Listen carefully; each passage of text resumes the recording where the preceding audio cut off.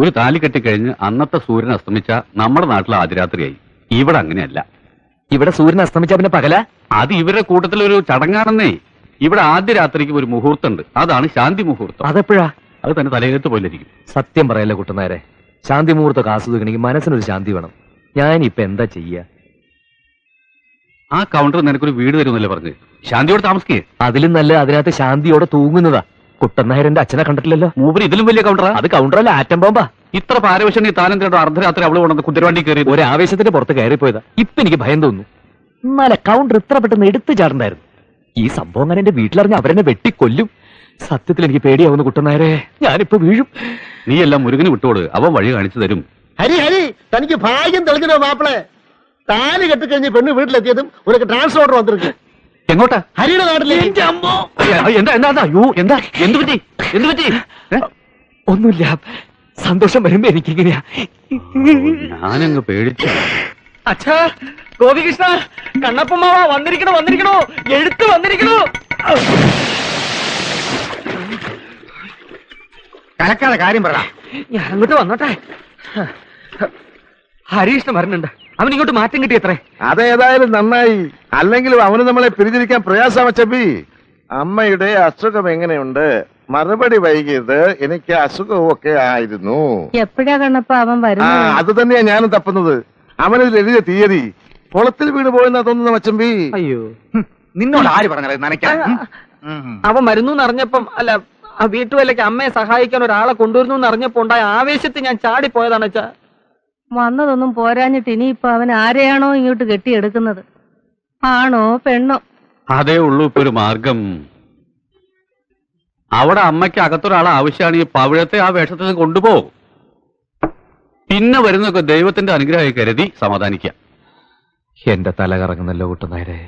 തന്റെ തലയല്ലേ കറങ്ങുള്ളൂ, എനിക്കിത് കേട്ടിട്ട് എന്റെ ദേഹം മുഴുവൻ കറങ്ങുന്നു. ആട്ടെ, പവിഴം എന്താ പറഞ്ഞേ? உங்க வீட்டுக்கு நீங்க மாத்திரம் போக போறது சொல்றதுக்கு தான் என்ன இங்க கூட்டிட்டு வந்தீங்களா? செத்தாலும் சரி, உங்களை விட்டு நான் இங்க தனியா இருக்க மாட்டேன். ഭാര്യയാണെന്ന് പറഞ്ഞ് നിന്നിപ്പൊ അങ്ങോട്ട് കൊണ്ടുവന്ന് അവരെന്നെ തൂക്കിക്കൊല്ലും. ദൈവം, എന്ത് പരീക്ഷണത്തിന് എനിക്ക് ട്രാൻസ്ഫർ കിട്ടിയത്. போன திரும்பி வருவீங்கன்னு என்ன நிச்சயம்? പവിഴം, ഞാൻ പറയുന്നത് வேண்டாங்க, என்ன விஷம் வேணாலும் போடுறேன், உங்க கூடவே வர்றேங்க. എന്നാലും താലി കെട്ടിയൊരു പെണ്ണിനെ വേലക്കാരിയാക്കുന്നത് ശരിയാണോ? എനിക്ക് വയ്യ, പേടിയാവുന്നു. உங்களுக்கு நான் வேலைக்காரி இல்லையே, தாலி கட்டின பொண்டாட்டி. என்னால தானே உங்களுக்கு இவ்ளோ கஷ்டம் வந்துச்சு. எது வந்தாலும் நான் சகிச்சுக்கிறேன்.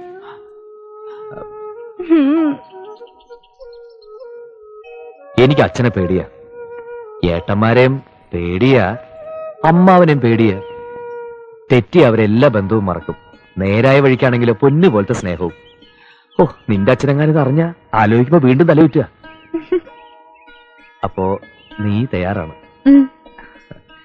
ഒരു ശാന്തി മുഹൂർത്തവും കുറിച്ച് വാങ്ങി നമ്മൾ സ്ഥലം വിടുന്നു.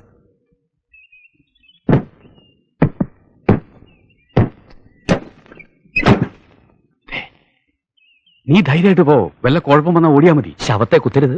അതല്ലേ ഞാൻ പറഞ്ഞു. மலர தனியா போறோம்னு பயப்படுறியா? நாங்கெல்லாம் அடிக்கடி உன்னை வந்து பாத்துக்கிறோம். குட்டன் நாயர, நானும் மாப்பிள்ள கூட போலான்னு இருக்கிறேன், நீயும் வரல? പിന്നെ നെഞ്ചിൽ പിടിച്ചു. കൈയിട് കൈയിട്, വഴിയുണ്ടാക്കാം.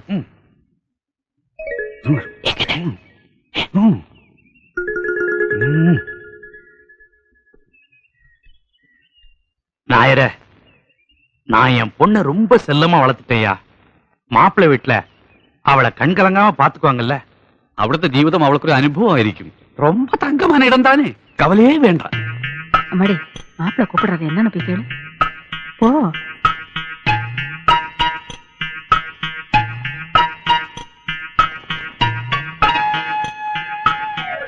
என்ன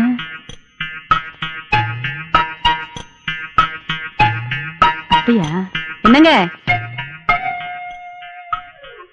மாப்பிள்ள அவங்க அப்பா அம்மாவோட கலந்து பேசி சம்மந்தி மரியாதையோட நம்மள அழைச்சிட்டு போகணும்னு நினைக்கிறாரு. அடேடே, அப்படியா?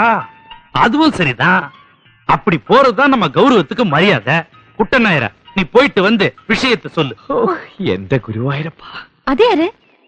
എന്റെ അച്ഛൻ. വാ. സമ്മതിക്കില്ല, ഇത് ഞാൻ സമ്മതിക്കില്ല. അച്ചപ്പി, ഞാനോട് തല്ലാൻ ഇതിൽ നിന്നും നമ്മൾ ആത്മഹത്യ ചെയ്തതാ. അച്ഛൻ മാറി നിൽക്ക്, ഇവരുടെ കാര്യം ഞാൻ ഏറ്റു. അതുങ്ങളെ തല്ലിയ ചത്തുപോന്ന് പറയടാ. ചത്താക്കാരി അവര് നോക്കിക്കൊള്ളു. അമ്മയിൽ ഇടപെടണ്ട. പഠിക്കണം പറ.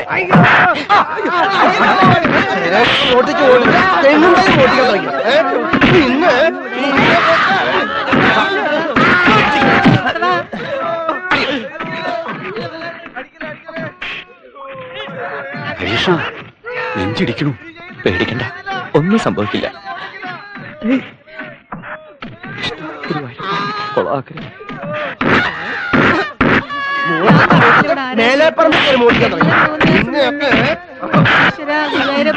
ഹരീഷ്ണം വന്നു അമ്മ, ഹരീഷ്ണം വന്നു. മോനെ, എന്തായിരുന്നു ഇവിടെ ബഹളം? ഞാൻ ആകെ പേടിച്ചുപോയി. കള്ളത്തരം കാണിക്കുന്നവരോട് ഒരിക്കൽ ക്ഷമിച്ചാൽ അവൻ 10 തവണ വീണ്ടും കക്കും. ഇത്തവണ യുവമാര് കെട്ട തേങ്ങയല്ല, നല്ല അസല് തെങ്ങുണ്ടയ്യ. ഒരൊറ്റ കള്ളനോടും ഒരു കാലത്തും ഈ വീട്ടിലുള്ള ഒരാളും ക്ഷമിക്കുകയല്ല. ഇപ്പൊ നല്ലവണ്ണം പഠിച്ചല്ലോ. നീ വരുന്ന വഴിയാണോടാ? അതെ.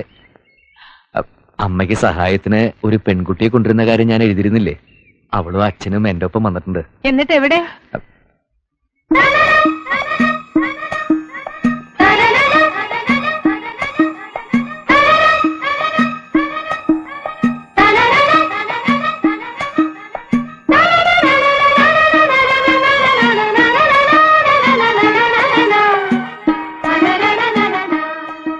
നല്ല തറവാട്ടി പറഞ്ഞ കുട്ടി അല്ലേ? എനിക്ക് തോന്നുന്നില്ല. ലക്ഷണം കൊണ്ട് നല്ലതാ മച്ചമ്പി.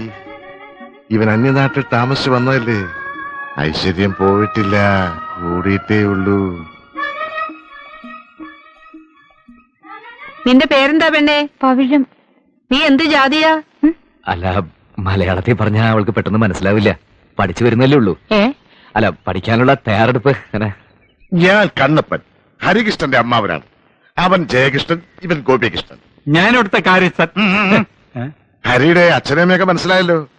ആരായാലും എന്താ, അവർക്ക് ഇവരെയൊക്കെ ഒന്ന് പരിചയപ്പെടുത്തി കൊടുത്തോടാ ക്വസ്റ്റൻ. അതിനൊക്കെ കുട്ടിയുടെ അച്ഛനാണല്ലേ? എന്താ പേര്? എൻ പേര് ദുരൈസ്വാമി. എനിക്ക് കൊഞ്ചം മലയാളം അറിയും. ഓ, എടാ ഗോപി, ഈ കർപ്പൂരം ഒന്ന് കത്തിച്ചേടാ. പല സ്ഥലത്തും പോയി പലതും സംഭവിച്ചിട്ടല്ലേ എന്റെ മോൻ വന്നിരിക്കുന്നത്. സകല ദൃഷ്ടിദോഷങ്ങളും എന്റെ മോനീന്ന് പോട്ടെ.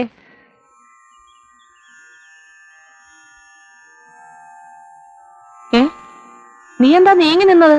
അല്ല, അവിടെ നിന്ന കാറ്റുകൊണ്ട് കർപ്പൂരം കേടും, അതുകൊണ്ടാ. കുട്ടിയെ അകത്തേക്ക് പൊയ്ക്കോളൂ.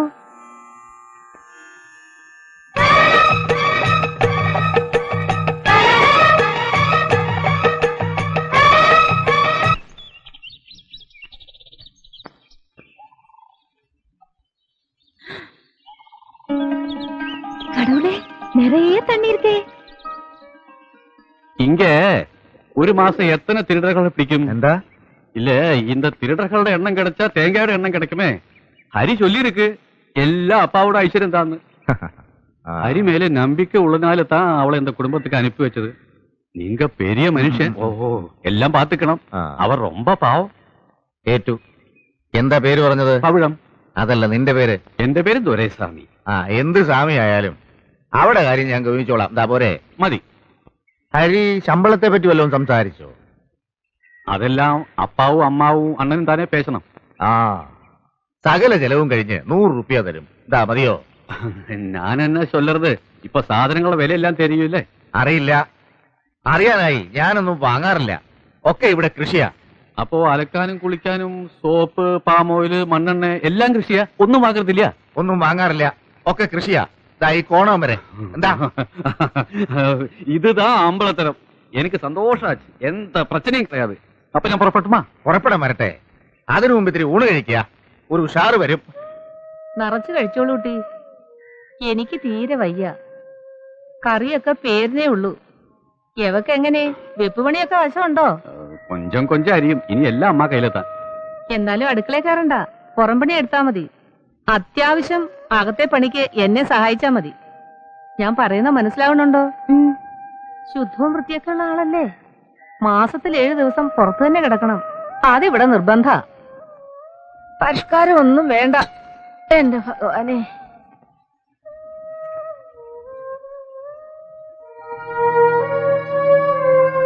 ചൊല്ലുമാ. நீ அவன் பொண்டாட்டின்னு அவங்க கிட்ட சொல்லட்டுமா? எந்த பிரச்சனை வந்தாலும் ഞാൻ പാത്തുകളെ. കാണാൻ ഒരു ചന്തമൊക്കെ ഉണ്ട്. അത് കാണുമ്പോഴാ കൂടുതൽ പേടി. എന്തിനാ പേടിക്കുന്നത്?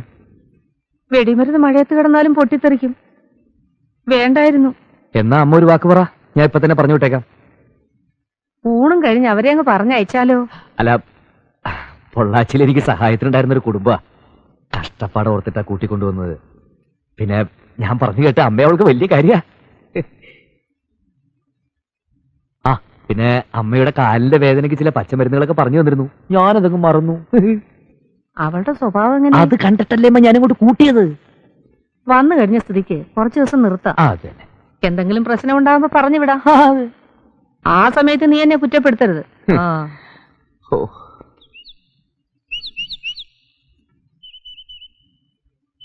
നായരെ,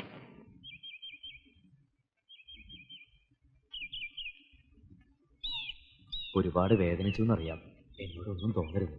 ഏയ് ഒരു വിഷമമില്ല കുട്ടി. ഒരു കോമാളി വേട്ടം ജീവിതത്തിൽ ആർക്കും ഒരിക്കലാവാം. ഞാനും ഒന്ന് കെട്ടി, അത്രേ ഉള്ളൂ. പക്ഷെ വലിയൊരു തീക്കൊണ്ടതില് നീ ഒരു പാവം പെണ്ണിനെ അവിടെ നിർത്തിയിട്ടുണ്ട്. ഞാൻ എന്താ അനുഭവിച്ചു, അവളല്ലേ അനുഭവിക്കാൻ പോണത്. എനിക്കറിയാം, എല്ലാം ഒന്ന് ശരിയാകുന്നത് വരെ. സാരില്ല, മരുമോൻ ധൈര്യത്തോടെ പോ. പെരിയ കൗണ്ടറുടെ മകളാണെങ്കിലും ജാതകത്തിൽ വേലക്കാരി യോഗം അവൾക്ക് ഇത്തിരി ഉണ്ടാവും. അത് ഇതോടെ തീരും. പക്ഷേ നിന്റെ മരുമക യോഗം എന്താവുന്ന എന്റെ പേടി. നിന്റെ അമ്മ നല്ലൊരു സ്ത്രീയാ, അച്ഛൻ തനിക്കുണ്ടേ. ഏട്ടന്മാരെനിക്ക് വിശ്വാസം പോരാ. വിവരങ്ങാനും കൗണ്ടർ അറിഞ്ഞ എന്റെ തലയും ഉടലും വെവ്വേറെ പാർസൽ ചെയ്ത് സ്വർഗത്തിലേക്ക് അയക്കും. എന്റെ വേഷം ഇതായിരുന്നു എന്നറിഞ്ഞ അയാൾ എന്നെ പിടിച്ചൊരു കൗണ്ടറും ആക്കും. നീ അവളെ കെട്ടിയെന്ന് ഇത്തിരി ധൈര്യ കഷായം കുടിച്ചോണ്ട് പറഞ്ഞാൽ എന്താ സംഭവിക്കുക? എന്നെ അവർ ജീവനോടെ കുഴിച്ചു മൂടും. അതിത്തിരി കഷ്ടാവും, ശ്വാസം മുട്ടും. അതേതായാലും വേണ്ട. നല്ല പവിഴം പോലത്തെ ഒരു പെണ്ണ്, അതിപ്പോ കരയാണോ ചിരിക്കുകയാണോ എനിക്ക് മനസ്സിലാവാതെ.